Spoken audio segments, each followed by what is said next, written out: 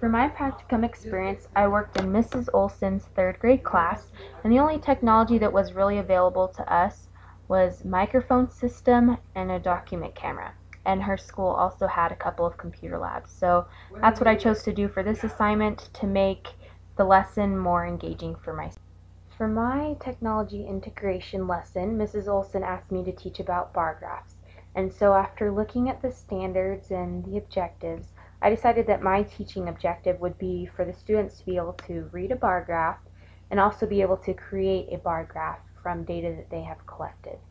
So for this assignment, I did some research online and I came across a website that allows kids to make their own bar graphs from data. And so that was kind of the central focus of my lesson for this unit. We started out with Miss Olson reading a book called Lemonade for Sale, and this is a book about kids who work together during the summer to sell lemonade, and they graph their results and their sales on a bar graph. So that's kind of a way for the kids to get interested in bar graphs, and just to kind of point out that we use bar graphs as a visual representation for information. So after that, I showed them a graph that I had made that displays their lunch choices for the day. And I asked them what they noticed about that graph.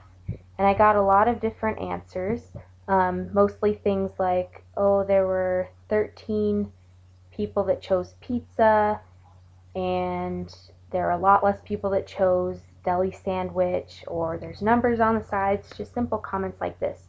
And that was great for my lesson because I just wanted them to notice the basic parts of a bar graph. After we kind of talked about the parts of a bar graph and how to read one, the students were allowed to create a question that they were interested in knowing more about their students, and they got with a partner, came up with a question, and went around the room and made a tally chart of people's responses. So I got a lot of different questions. Most of them had to do with what is your favorite color, what is your favorite sport, and in this case these girls did what is your favorite breakfast food, and the options were waffles, eggs, sausage, and pancakes. So after everybody made their tally charts, I took them to the computer lab and they all logged in, and then I showed them the website that they were supposed to go to, and I just had to verbally explain everything that they were supposed to do, which was a little bit tricky. But eventually students were able to find the website, which is nces.ed.gov, and it's just the kids version of this website, and they were able to put in their data and play around with it and be creative a little bit. I showed them how to enter the basic information, and then they determined what color they wanted the bars to be, what font, and what size, and all of that stuff. So they really enjoyed that. And when they were finished, as you can see here, they printed off their graphs. And this last picture is just a graph that I remade of one of the students. And it's the results from what is your favorite breakfast food. And as you can see, it goes exactly with the tally that these students did. So overall, I think this was a really successful lesson.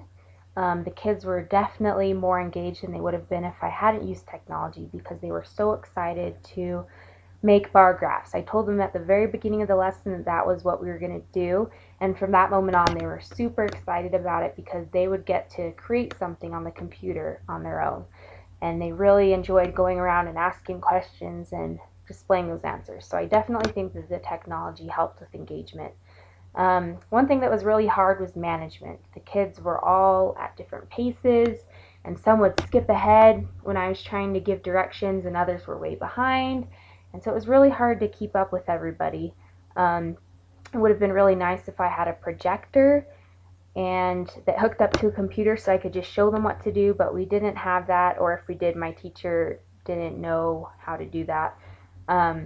So I just had to verbally explain everything, which made things difficult. But in the end, I think the students really enjoyed it and they understand bar graphs.